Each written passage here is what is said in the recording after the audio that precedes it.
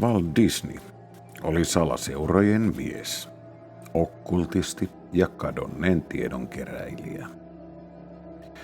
Disney liittyi 19-vuotiaana vapaamuurarijärjestö Dimolay-ritarikuntaan, joka tunnetaan myös nimellä Dimolay International. Nimensä järjestö sai Jacques de Moleyn mukaan, joka oli temppeliherrojen viimeinen suurmestari. Hänet poltettiin elävältä juutalaissaarella Notre Damea vastapäätä vuonna 1314 kuningas Philip Kauniin päätöksellä. Disney sai korkeimman kunnianosoituksen vuonna 1931, kun hänestä tuli 33. asteen vapaamuurari.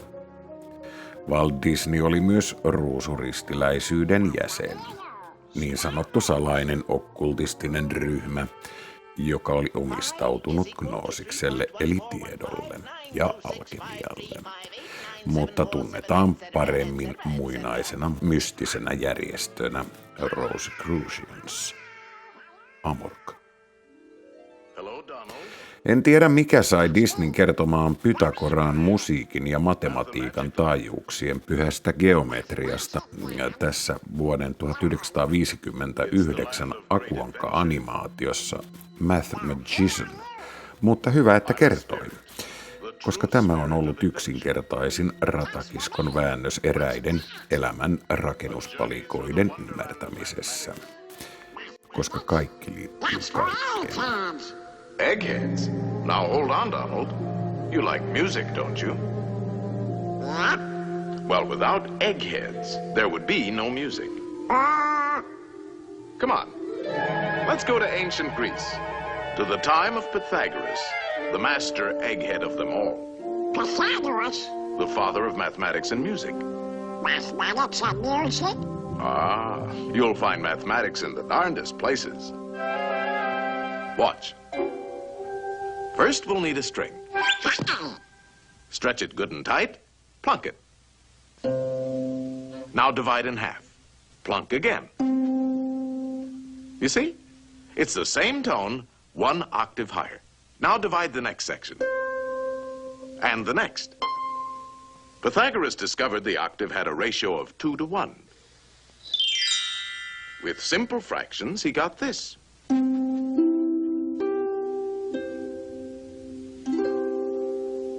And from this harmony in numbers developed the musical scale of today.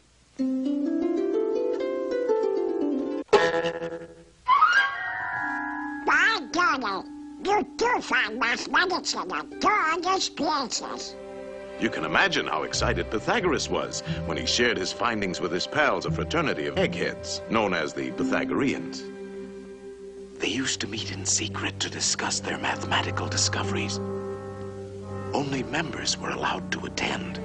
They had a secret emblem, the pentagram. Let's see what the topic is for today.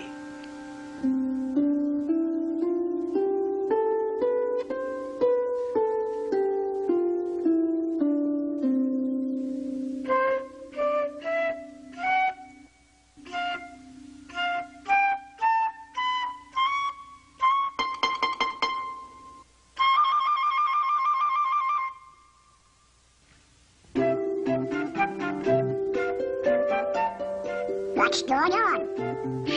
It's a jam session. Give me something with a beat. Shh.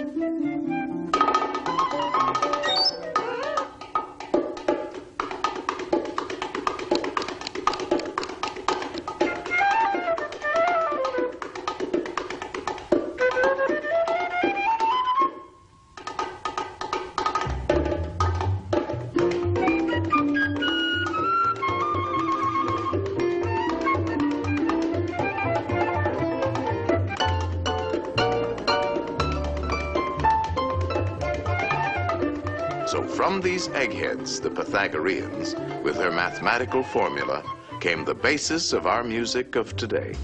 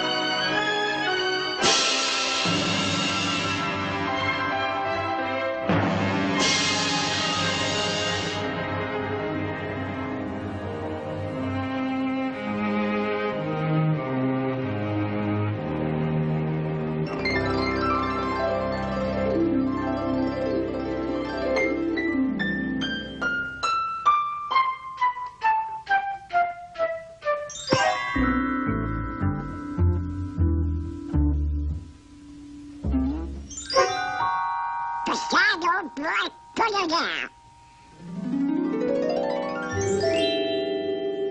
Well, I'll be a persuaded kid. It was our old friend Pythagoras who discovered that the pentagram was full of mathemagic. The two shorter lines combined exactly equal the third. And this line shows the magic proportions of the famous golden section. The second and third lines exactly equal the fourth. Once again, we have the golden section. But this is only the beginning. Hidden within the pentagram is a secret for creating a golden rectangle, which the Greeks admired for its beautiful proportions and magic qualities. The star contains the golden rectangle many times over.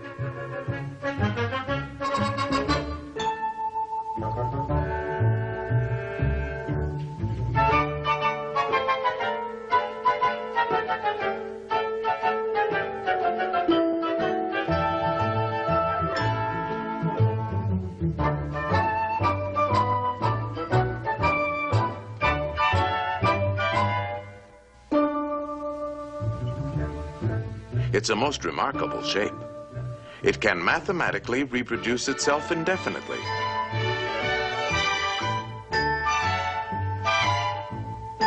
All these rectangles have exactly the same proportions.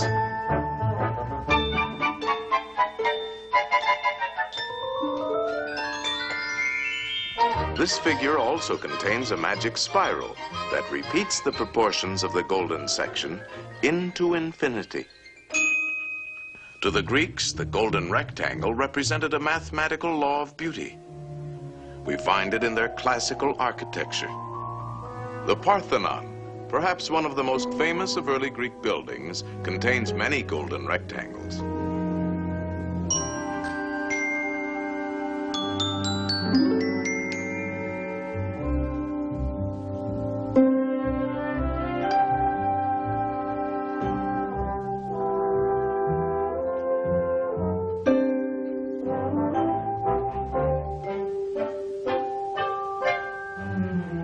These same golden proportions are also found in their sculpture.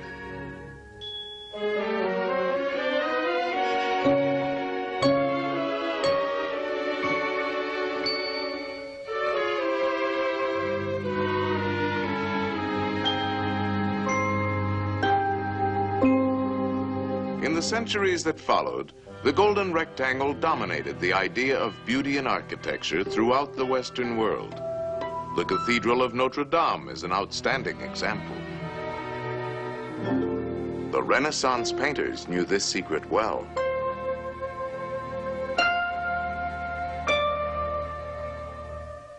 Today, the golden rectangle is very much a part of our modern world.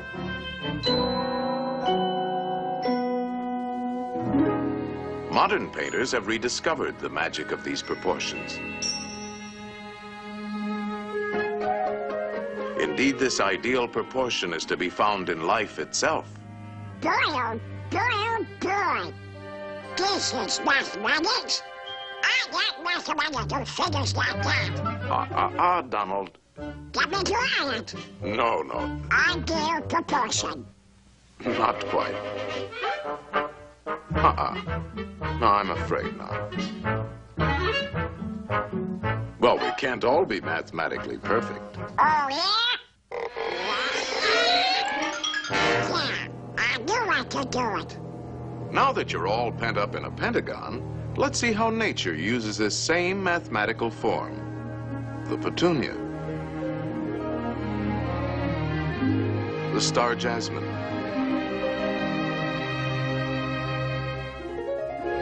The starfish.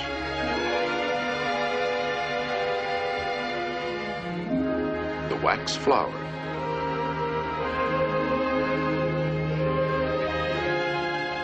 There are literally thousands of members in good standing in nature's Pythagorean Society of the Star.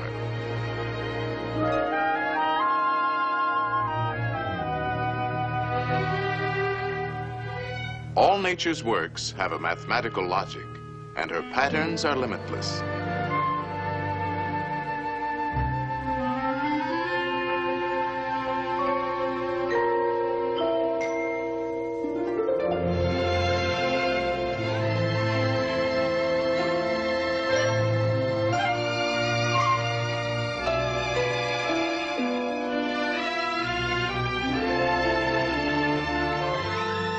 magic proportions of the golden section are often found in the spirals of nature's designs.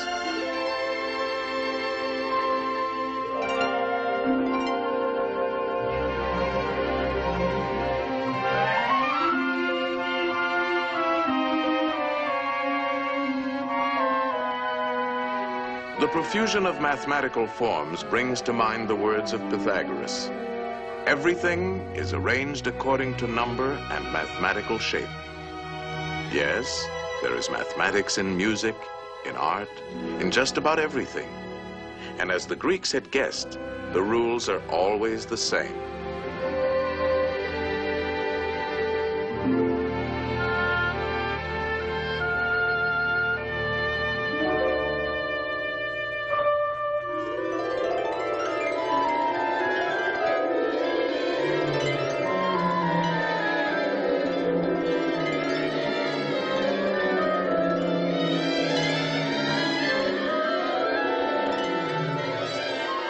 Well, Donald, did you enjoy your geometrical journey? Gee, Mr. Spirit, there's a lot more to mathematics than 2 times 2.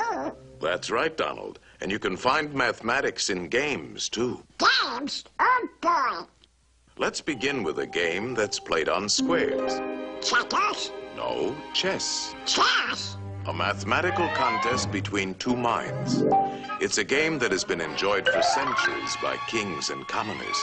In fact, Lewis Carroll, a famous mathematician with a literary mind, used chess as a setting for his classic tale, Through the Looking Glass. Alice found herself face to face with a none too friendly group of chess pieces. Good heavens, what's this? Upon my soul, it appears to be a lost pawn. I'm no pawn. I'm Donald Duck. He says he's Donald Duck. Preposterous. Or it could be an Alice. Alice? No, no, no. It's a lost pawn. Lost pawn? Stop that pawn! Ow, Mr. Spirit!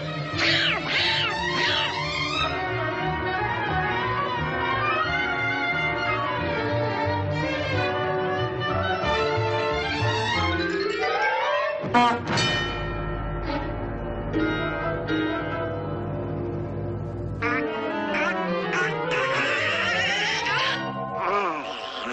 Phew, that was close. Now you can look at this game from a safer perspective.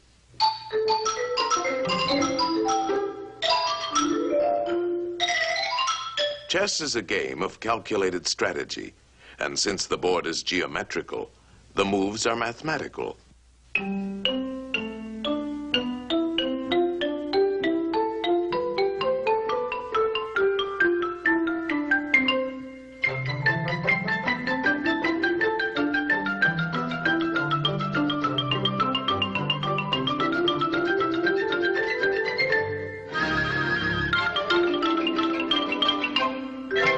Checkmate, and the game is over.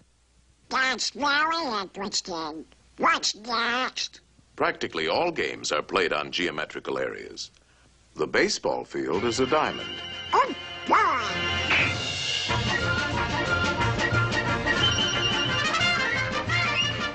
And without mathematics, we couldn't even keep score. Football is played on a rectangle divided by yard lines. Basketball is a game of circles, spheres, and rectangles.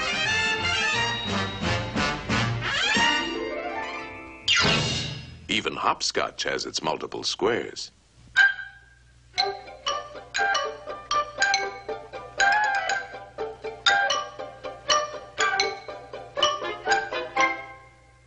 What's next? Get any wins? No. A mathematical game played on a field of 2 perfect squares, using 3 perfect spheres, and a lot of diamonds. In other words, billiards. Oh, boy. That's for me. You know the game, don't you, Donald? Of course. The cue ball has to hit the other 2 balls. Like this.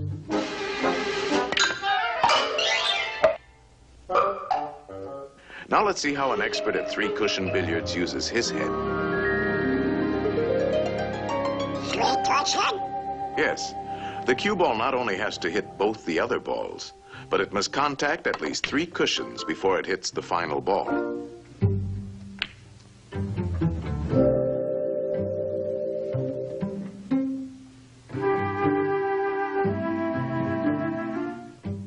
One, 2, 3.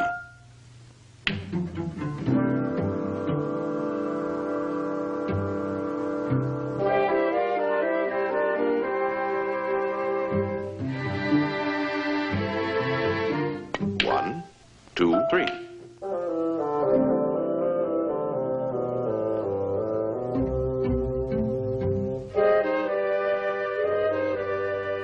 It takes an expert to make several shots in succession. 1, 2, 3, 4, 5, 6. Wow! That was not a good shot. Luck? No, it's skill. For this game, you have to know all the angles.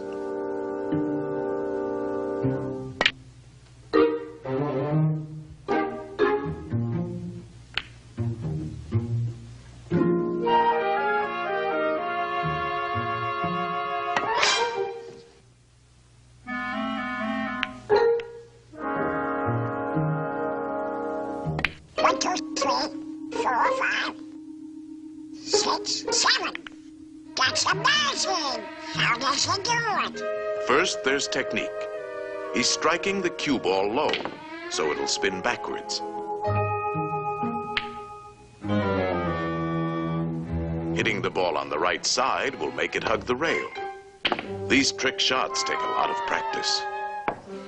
He missed it! 1, 2, 3.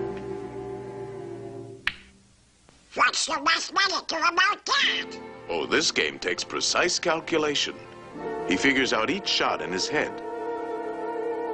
He could play it like this, but it calls for quite a bit of luck. There is a better choice. For this, he uses the diamond markings on the rail as a mathematical guide. First, he figures the natural angle for hitting the object balls. And then he finds that his cue ball must bounce off the number 3 diamond. Next, he gets ready for the shot, and he needs a number for his cue position. This calls for a different set of numbers. Very confusing, isn't it? Not when you get the hang of it. You see, the cue position is 4. Now a simple subtraction.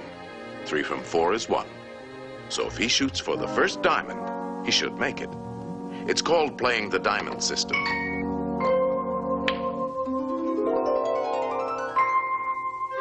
Natural angle, 2. Cue position, 1.5, 2, 2.5, 3, 3.5. 2 from 3.5 is 1.5. So, shoot halfway between the first and second diamonds. There's nothing to it. Give me one. Let's see now. If I hit it here, it'll bounce there and go here. If I hit it here, 4.5 minus 3, 3.5 plus 4 added to 2, divided into 2. I guess I should shoot about here. No, Donald. There's no guesswork to mathematics. It's quite simple. Natural angle for the hit, 2. Cue position, 3.5. How much is 3.5 minus 2? 1.5.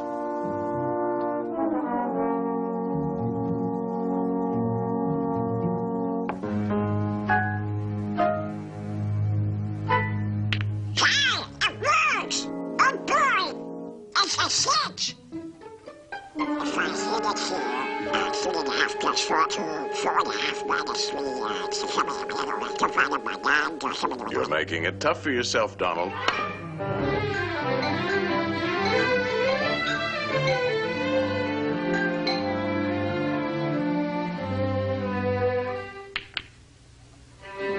do you like that for mathematics, Mr. Stewart? Wonderful, Donald. And now you're ready for the most exciting game of all. Oh boy!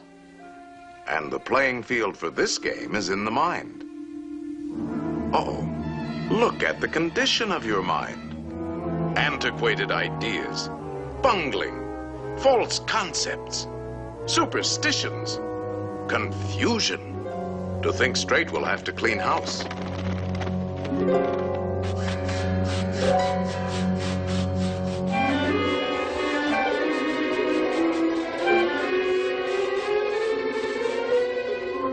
There, that's more like it.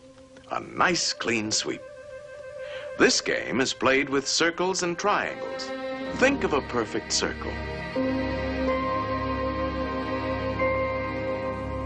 A perfect circle.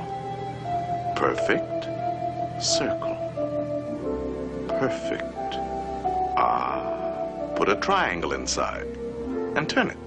Now spin the circle. And what have you got? A ball. Yes, a sphere. The shape of things is first discovered in the mind. Slice off the top, and we have a magnifying glass. That's right. A lens is a section of a sphere. All optical instruments are created through mathematics. You see, there's a lot more to mathematics than just numbers and equations. Let's get back to our circle and triangle. Roll it, and we have a wheel.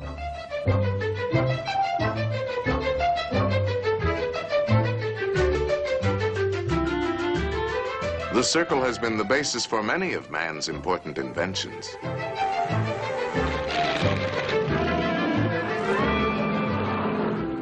The mind can create the most amazing things. If we spin the triangle, we have a Cone. Slice the cone. The cone is full of useful mathematical shapes. Slice it again. Slice it several times. The orbits of all planets and satellites can be found in the cone. No matter how you slice it, it's always mathematics. A slice like this gives us the reflector of a searchlight. A slice like this, the mirror of a giant telescope. A line on a cone, and we have a drill. And a spring.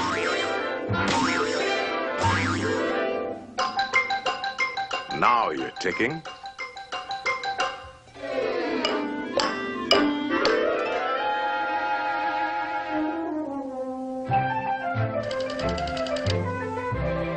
Number, please.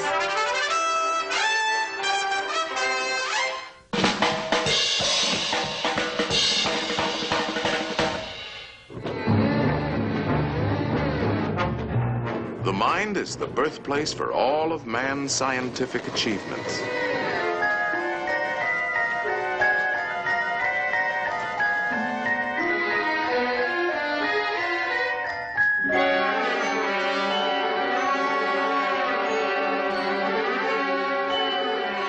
The mind knows no limits when used properly.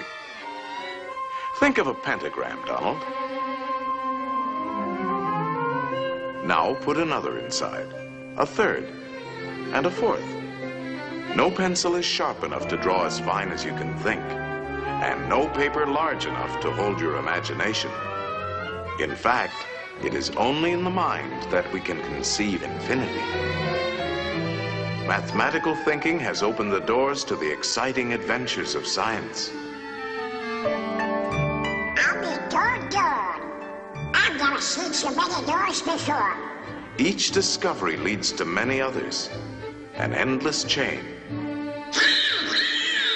What's the matter with these doors? Hey! These doors won't open. They're locked. Of course they are locked. These are the doors of the future, and the key is... Mathematics. Right. Mathematics. The boundless treasures of science are locked behind those doors.